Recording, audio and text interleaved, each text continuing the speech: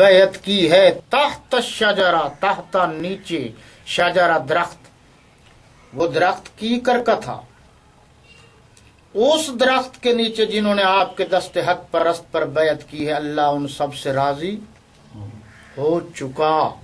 راضیہ ماضی کا صیغہ ہے۔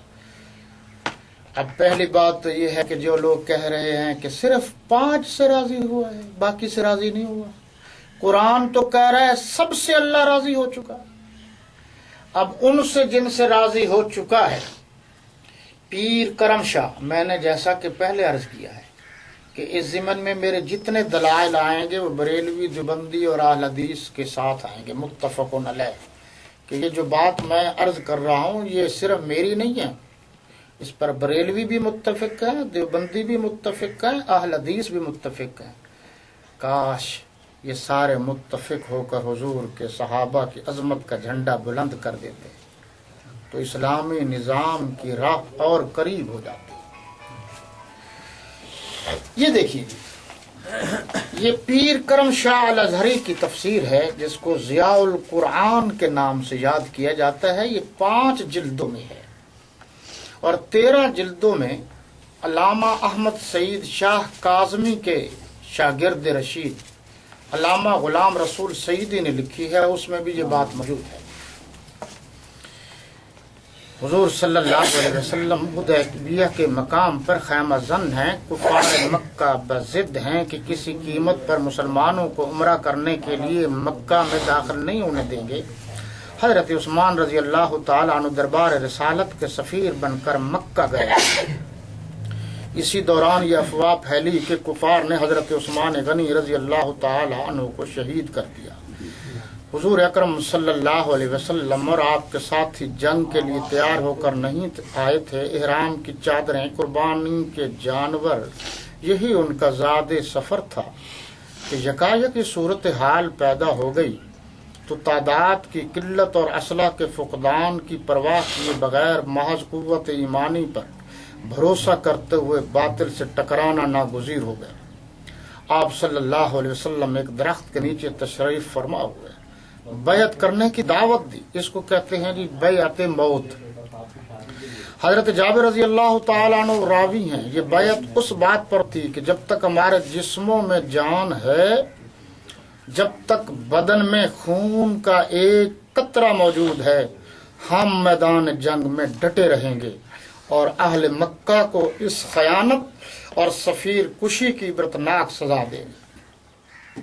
حضرت جابر رضی اللہ تعالیٰ عنہ فرماتے ہیں کہ غلامان حبیب کبریا علیہ الصلوۃ والتسلیم پر پروانہ وار دوڑ دوڑ کر حاضر ہو رہے ہیں، اپنے آقا و مولا کے دست مبارک پر اپنا ہاتھ رکھ کر جاں بازی اور سرفروشی کی بیعت کر رہے ہیں۔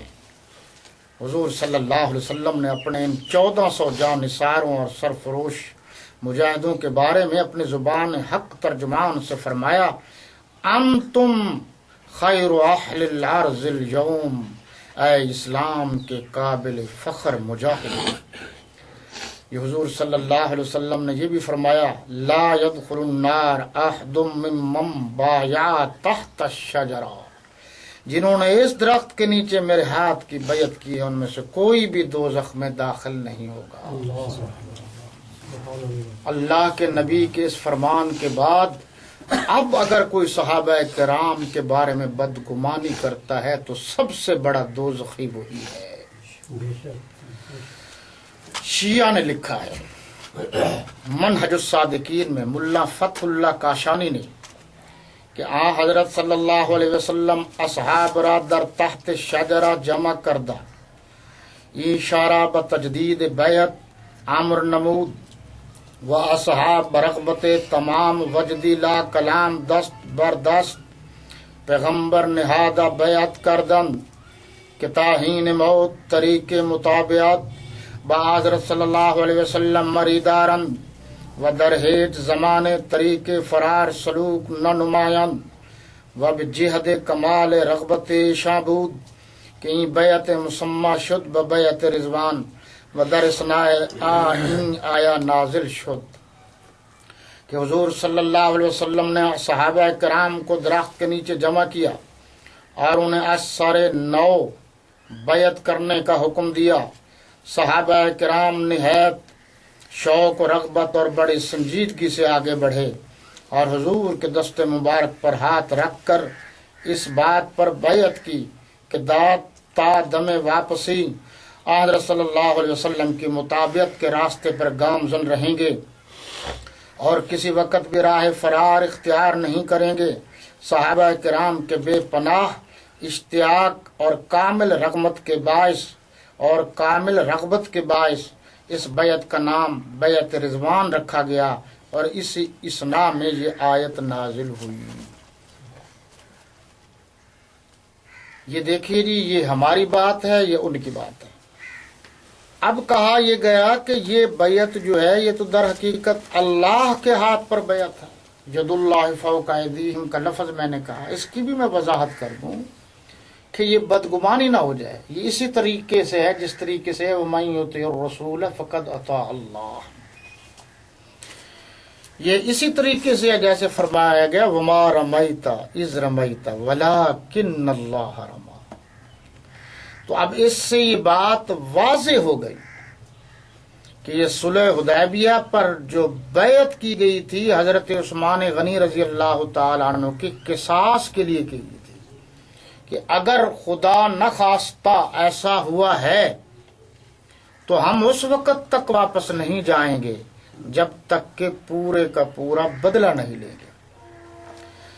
لیکن اس سے یہ بات بھی تو ثابت ہو گئی کہ اللہ نے کلی علم اپنے پاس رکھا ہوا۔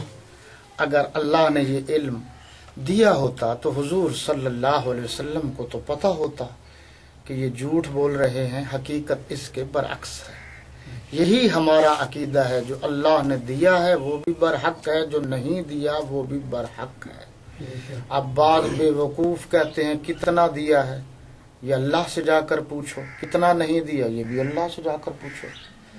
ہم تو اللہ رسول کے تابع دار ہیں، ہمارے ذمے یہ نہیں ہے کہ پیچھے پھرتے رہیں۔ نمبر 2 جی، حضور صلی اللہ علیہ وسلم کی کل 4 صاحبزادیاں تھیں۔ بڑی کا نام سیدہ زینب، سیدہ رقیہ، سیدہ ام کلثوم، سیدہ فاطمہ الزہراء رضی اللہ تعالی عنہن۔ جو حضور صلی اللہ علیہ وسلم کی بڑی بیٹی تھی ان کے خاوند کا نام حضرت ابو العاص بن ربیع اموی تھا۔ وہ 8 ہجری میں اس دنیا سے تشریف لے گئے۔ حضرت رقیہ رضی اللہ تعالی عنہ حضور صلی اللہ علیہ وسلم کی بیٹی تھی، یہ 2 ہجری میں اس دنیا سے تشریف لے گئے۔ حضرت ام کلثوم اس دنیا سے 9 ہجری میں تشریف لے گئے۔ حضرت بی بی فاطمہ الزہراء 11 ہجری میں اس دنیا سے تشریف لے گئے۔ یہ جو درمیان والی 2 بیٹیاں ہیں اللہ کے نبی صلی اللہ علیہ وسلم کی، ایک کا نام ہے سیدہ رقیہ اور ایک کا نام ہے سیدہ ام کلثوم۔ ان کا نام بھی ام کلثوم ہے۔ اور ایک حضرت علی کرم اللہ وجہہ کی بیٹی تھی جو حضرت حسین کی ہمشیرہ تھی، ان کا نام ام کلثوم کبریٰ تھا۔ ان کا رشتہ حضرت علی کرم اللہ وجہہ نے حضرت فاروق اعظم رضی اللہ تعالی عنہ کو 17 ہجری میں 40,000 حق مار کے عوض دیا تھا۔ وہ حضرت حسین کی ہمشیرہ اور حضرت علی کی بیٹی بی بی فاطمہ الزہراء کی بیٹی حضرت فاروق اعظم رضی اللہ تعالی عنہ کی بیوی تھی۔ یہ 2 بیٹیاں تھیں۔ اللہ کے نبی صلی اللہ علیہ وسلم نے سب سے پہلے ایک بیٹی دی حضرت علی کرم اللہ وجہہ کے سے پہلے، اور دوسرے ان کے امام حضرت علی کے امام سیدنا عثمان ابن عفان رضی اللہ تعالی عنہ کے نکاح وہ اس دنیا سے چلی گئی۔ حضور صلی اللہ علیہ وسلم نے دوسری بیٹی دی تھی اور فرمایا کہ اگر خدا نہ خواستہ ایسا ہوتا کہ میری بیٹیاں اس دنیا سے جاتی رہتی، فوت ہوتی رہتی، تو میں یکے بعد دیگرے اپنی 40 بیٹیاں بھی دیتے ہوتی تو حضرت عثمان غنی رضی اللہ عنہ کے عقد میں دے دیتا۔ کتنا اعتماد۔ اب ذرا غور کیجئے گا، حضور کی بڑی بیٹی کا نواسا اس کا نام حضرت علی ہے۔ حضرت ام کلثوم کا بیٹا اس کا نام عبداللہ ہے، وہ بھی حضور کا نواسا ہے۔ بی بی فاطمۃ الزہرا کے 2 بیٹے، ایک کا نام حضرت حسن اور ایک کا نام حضرت حسین، یہ بھی نواسے ہیں۔ حضور کے 4 نواسے ہیں، اور اہل سنت کا حال یہ ہے کہ ان کو نہ حضور کی 4 بیٹیوں کا پتہ ہے، نہ 4 نواسوں کا پتہ ہے۔ حضور کے 2 نواسوں کا نام لیتے ہیں، حضور کی 1 بیٹی کا نام لیتے ہیں۔ علم ہونے کے باوجود یہ بھی تو رافضیت اور شیعیت کو تقویت دے رہے ہیں۔ حضور کے 4 نواسے ہیں، میں نے اس لیے فیصلہ کیا ہے کہ 4 نواسوں کا خطبے میں نام لیتا ہوں، 1 کا نہیں، 2 کا نہیں۔ تمہیں یہ کس نے حق دیا ہے کہ حضور کی 4 بیٹیوں میں سے 1 کا نام لو اور باقیوں کا نہ لو؟ تمہیں یہ کس نے حق دیا ہے کہ حضور کے 2 نواسوں کا نام لو اور باقی 2 کا نہ لو؟ یہ سب سے بڑی زیادتی اور سب سے بڑا ظلم ہے کہ تم خاندان نبوت میں تبدیلی کرنا چاہتے ہو۔ یہ اولاد تو اللہ کی نعمت ہے، تو اللہ کی نعمت کا انکار کرنا چاہتے ہو؟ حد ہو گئی ہے۔ جس کو اللہ کے نبی نے اپنی چھوٹی بیٹی دی ہے وہ شان والا ہے، جس کو 2 بیٹیاں دی ہیں وہ شان والے نہیں ہیں۔ حضرت علی کو بیٹی دی ہے تو وہ شان والے ہیں، حضرت عثمان کو 2 بیٹیاں دی ہیں تو وہ شان والے نہیں ہیں۔ پھر میرا سوال یہ ہے کہ حضرت علی کرم اللہ وجہ نے 12.5 سال کیا حضرت عثمان غنی رضی اللہ عنہ کے پیچھے نمازیں نہیں پڑھی؟ اس وقت کوئی اور مسجد تھی جس میں حضرت علی رضی اللہ تعالیٰ نے امامت کرایا کرتے تھے؟ جب ان کے پیچھے انہوں نے نمازیں پڑھی ہیں تو گویا انہوں نے حضرت عثمان کو اپنا امام بنا لیا ہے، تو حضرت علی کے امام کا انکار کرنا کفر نہیں ہے؟ بھئی حضرت علی کو نہ ماننا بھی تو ہمارے نزدیک کفر ہے۔ تو حضرت علی نے جن کو اپنا امام تسلیم کیا ہے، قائد تسلیم کیا ہے، جن کے ہاتھ پر بیعت کی ہے، ان کو نہ ماننا کفر نہیں ہے؟ حضرت بی بی فاطمۃ الزہرا کی اولاد کو نہ مانا جائے تو کفر ہے، حضرت عثمان غنی کی اولاد کو نہ مانا جائے تو کفر نہیں ہے؟ اگر شجرہ نسب حضرت بی بی فاطمۃ الزہرا سے چل سکتا ہے تو پھر سیدہ رقیہ کے بیٹے سے کیوں نہیں چل سکتا؟ سیدہ زینب کے بیٹے سے کیوں نہیں چل سکتا؟ جب حضور کے داماد ہیں حضرت علی، ان کا ماننا ضروری ہے، تو حضور کے نواسے جو حضرت علی ہیں ان کا ماننا ضروری کیوں نہیں؟ مجھے لگتا ہے کہ رافضیت نے، شیعیت نے مسلمانوں پر اتنے حملے کیے ہیں کہ مسلمانوں کو شاید اب بھی اپنا ہوش نہیں ہے، اور یہ بات تو واضح ہے کہ یہ لوگ مسلمانوں کی صف میں شامل نہیں ہیں۔ اب دیکھیے کہ حضور اکرم صلی اللہ علیہ وسلم نے جب یہ رشتہ قبول کیا حضرت ابو بکر اور حضرت عمر رضی اللہ تعالی عنہما کے کہنے پر کہ ٹھیک ہے میں اپنی بیٹی کا رشتہ حضرت علی رضی اللہ عنہ کو دیتا ہوں، اس کے بعد پیسے ان کے پاس نہیں تھے، بازار میں گئے، وہ زیرہ تھا اس کو بیچنے کے لیے گئے، بازار میں حضرت عثمان غنی رضی اللہ تعالی عنہ تھے۔ پوچھا علی کہاں جا رہے ہو؟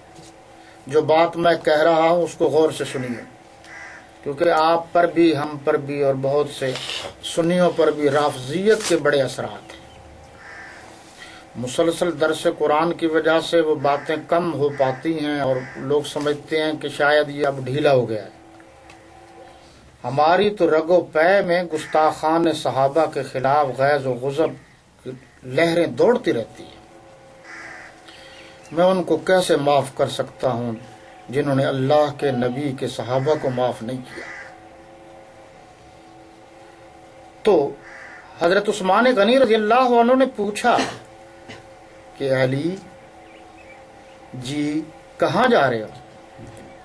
فرمانے لگے رشتہ اللہ کے نبی نے منظور کر لیا ہے، شادی قریب ہے اور اپنے پاس تو پیسے نہیں ہیں، یہ زرہ ہے، سوچ رہا ہوں کہ اس کو بیچ دوں، جو پیسے ملیں گے اخراجات پورے ہو جائیں گے۔ حضرت عثمان غنی رضی اللہ تعالیٰ عنہ نے فرمایا لو مجھے دے دو۔ ان کو دے دیا 480 دراہم میں، 480 دراہم اس وقت۔ حضرت عثمان غنی رضی اللہ تعالیٰ عنہ چونکہ طبیعت کے سخی تھے،